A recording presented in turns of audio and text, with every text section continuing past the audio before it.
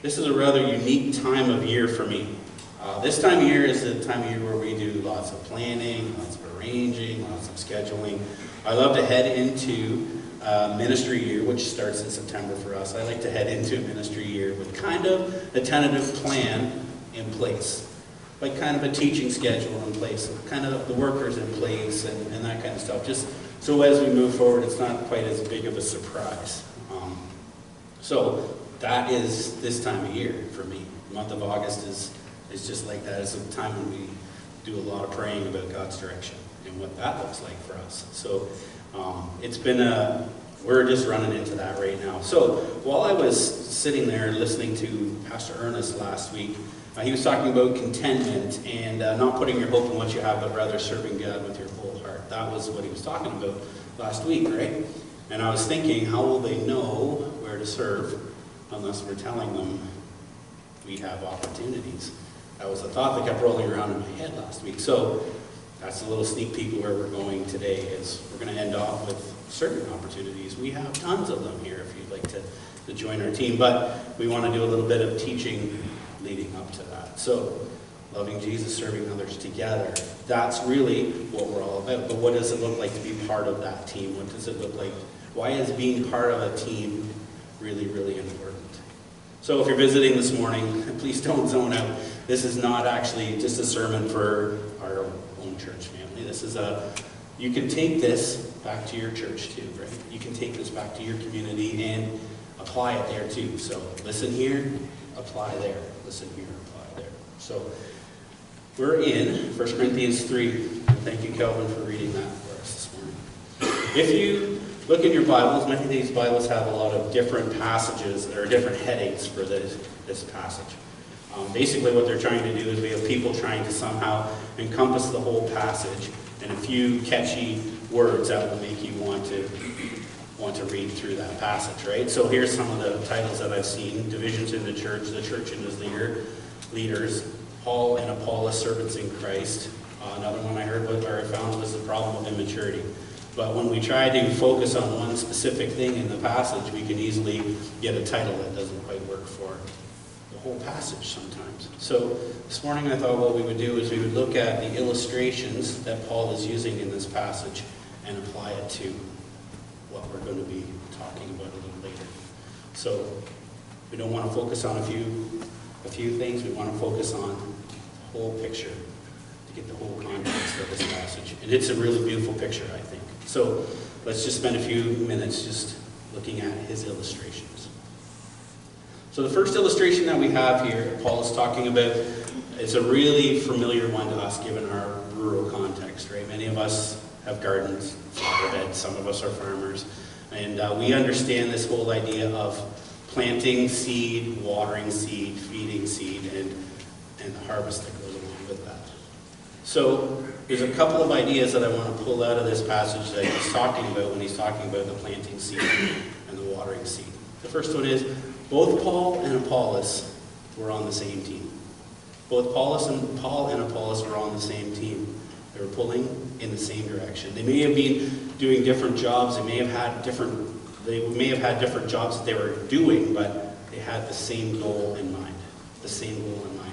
They were instruments being used by God with the same goal in mind. And here's the goal. The goal was to spread God's word. That's what the goal was. They were gifted men. They knew it. They were diligently following God's leading in their life. They were called to serve, and that's just what they did. They were serving diligently. Apollos was watering or feeding, and Paul was planting.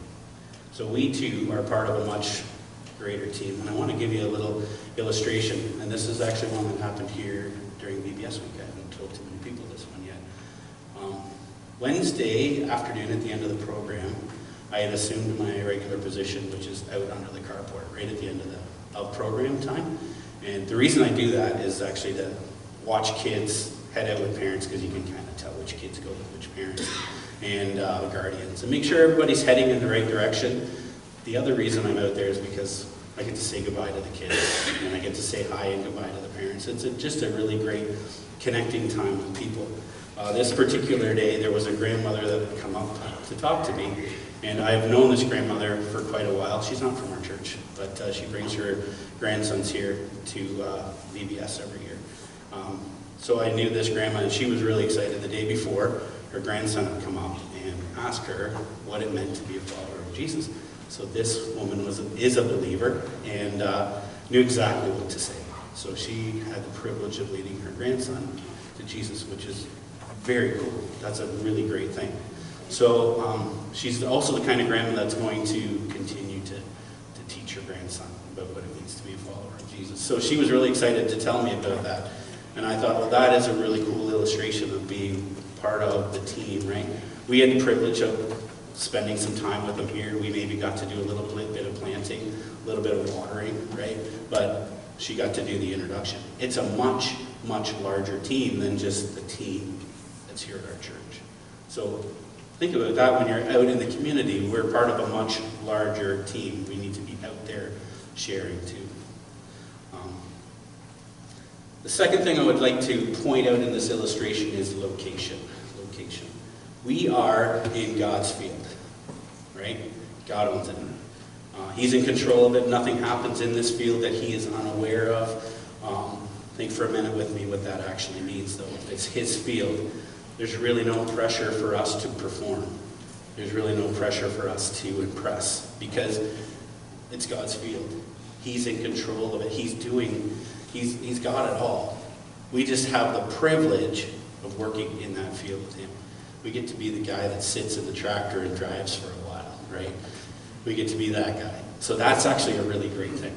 We get to be in his field working for his honor and for his glory. Let's move on to that second illustration. Paul uses to teach the Corinthians, and he's using to teach us. And the second illustration is the illustration of a building. If you look on the pictures at the screen, at these pictures up here, you may not be able to see the one on this side very well, but that's actually a picture of a straw fort. How many of you guys have ever built a straw fort in a haymow? They don't last very long, right? Usually they get used up pretty quick.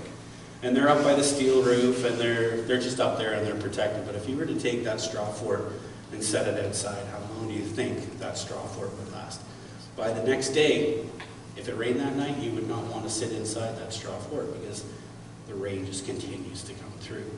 There's no footings, there's no foundation on that straw fort. The second building is one that most of us probably have never seen, except for maybe John and Jean.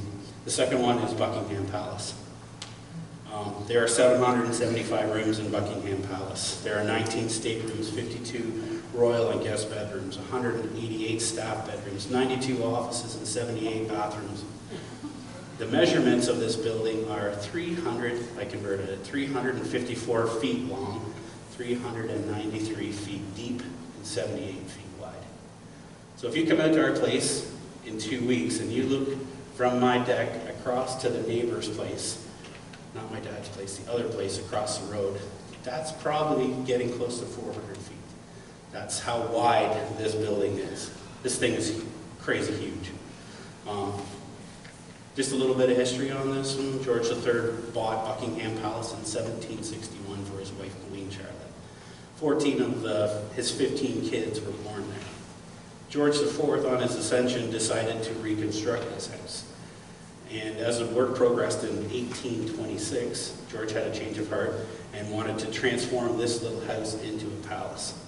So he budgeted, well, actually Parliament gave him a budget of £150,000, but he wanted £450,000. That's $717,000 Canadian in 1826.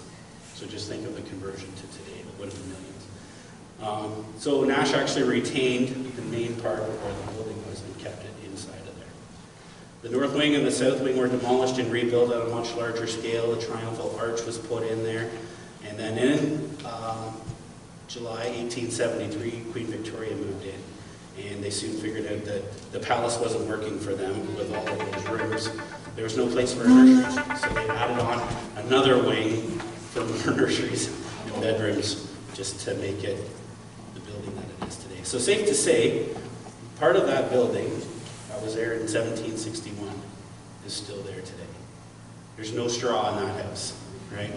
That house is made of precious stone, and that's what the passage is talking about. Precious stone is something that's going to stand the test of time. That one has a good footing underneath of it. It's going to last. So I share these two contrasting buildings with you to make the same point that Paul's making here.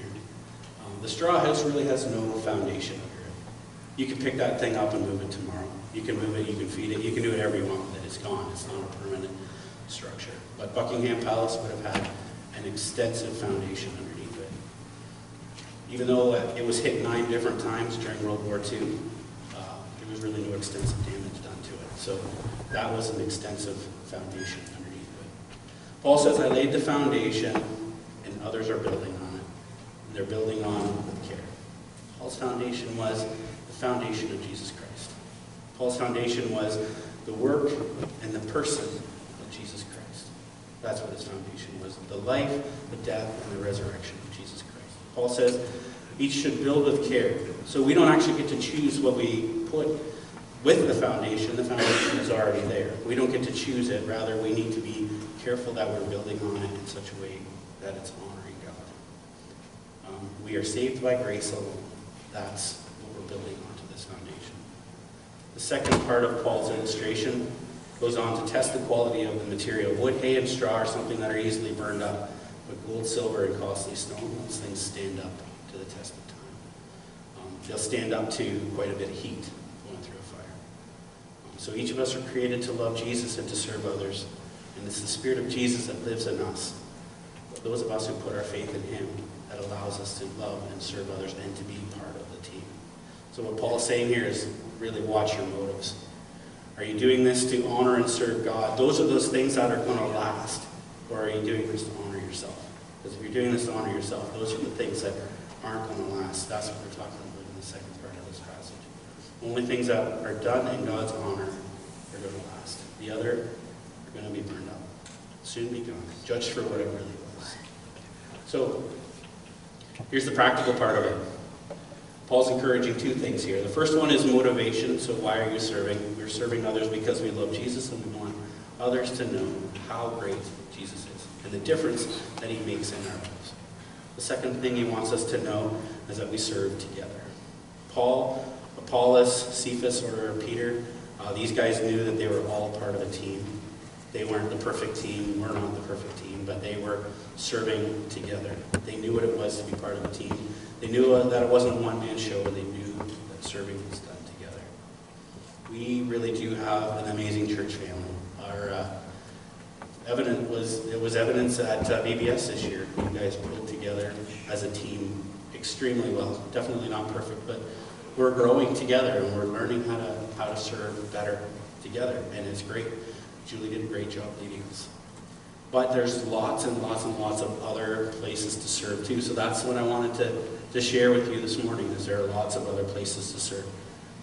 Annette is not up here right now. There she is. So if you would like to be part of our nursery team, and this isn't just for ladies, nursery team is for guys too. So if you would like to be part of our nursery team, Annette is the one to talk to about that right there. Okay? Or maybe you don't want to sit on the floor and play with kids. That's okay. You can be part of our desk monitor team.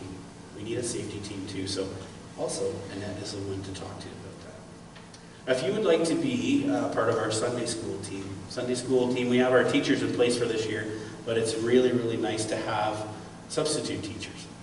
So that would be great to have a list of those. So if you want to be part of our team, or if you think that leading opening session with the kids is a lot of fun, because it really, really is, that's part of that team too. So come and talk to me about being part of our Sunday school team. It's a really fun team. Airborne is our midweek program, and I was going to point out Mark in the back, but he's not here this week. Airborne is our program that actually reaches the community extremely well. And we have a lot of community kids that are here on Wednesday nights with us. So if you would like to be a coach or a helper or just something to do with Airborne on Wednesday night, Mark Westra is the guy to talk to about that. And maybe you think I am ready for kids who are a little older than grade 6, because those little guys scare me. Maybe you want to be part of helping with our youth team. We're always looking for Small group leaders, we're always looking for just new blood. These guys are really fun to hang out with. What we're really looking for is somebody that's just a great listener. So if you want to be part of our youth team, come and talk to me about that. Or maybe you think, I need to be even older than those youth guys. Like, let's go with college and career kids. Then we're wanting to start something for college and career, so come and talk to me about that one too. We also have an amazing worship team here at our church, which was evident this morning, right? But if you've been here for a few weeks, you also notice that it's not just adults up here on stage, it's kids up here on stage too. So if you would like to be part of our worship team, Julie's the one to talk to about that. And we would love to have you be part of our worship team. On Sunday mornings, you'll notice there's people at the back handing out bulletins and welcoming you at the door. And if you would like to be part of that team, we're always looking for more people to be part of that team too. We want to be known as a loving, welcoming church. And I think we are. But that team needs more people to go along with it. So you need to talk to Laura, our administrator. That's the one to talk to you about that. You also heard this morning quite a bit about servant ministries, right? With the shower coming up and with the gift for Pastor Ernest. If you'd like to be part of the servant ministry team, Laura and Pastor Ernest are the ones that head up that team. Basically with that team, we're doing a lot of meals and visiting and meeting the needs of other people. It even goes as far as stacking wood, or goes as far as getting rides to church, or any other way we can serve. That's what that team does. So if you feel that that's a good spot for you to want to serve, that's a great spot. The next team, I'm just running down through the list that we've got here. The kitchen team. So the kitchen team's rather important because they look after, first of all, coffee after church. They look after potlucks and funerals and other occasions here at church. So if you'd like to be part of kitchen, Annette is the one to talk to you about that one again. We have a missions team. We also are looking for elders and a treasurer. So if you'd like to know more about either of those positions, Pastor Phil or one of the elders is a great one to talk about. If you really don't know where you're being called to serve, there's a really good way to figure this one out. We have a small group team and we have a prayer team. If you would like to understand more about what it means to serve here, our small group folks would love to help you learn how to do that, help you discern what God is calling you to do, help you understand what your gifts are, or maybe meet with one of our prayer folks after church or in the prayer room before church. What a great way to learn God's direction for your life, right? Show what your gifts and abilities are and use those as a great way to start. So Dave and Melanie Pike are our small group folks, and Doug and Smith are our prayer team. It would be a great spot to serve. Also, serving doesn't just have to happen here at our church. God may be leading you to serve someplace else, to be part of a team somewhere else.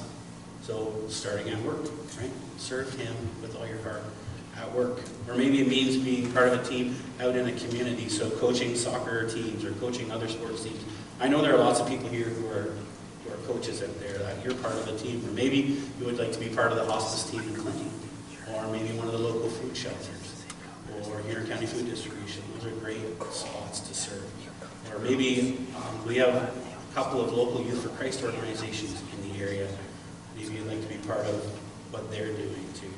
So these are just a few possibilities here at our church and in the community around us. Like, think big.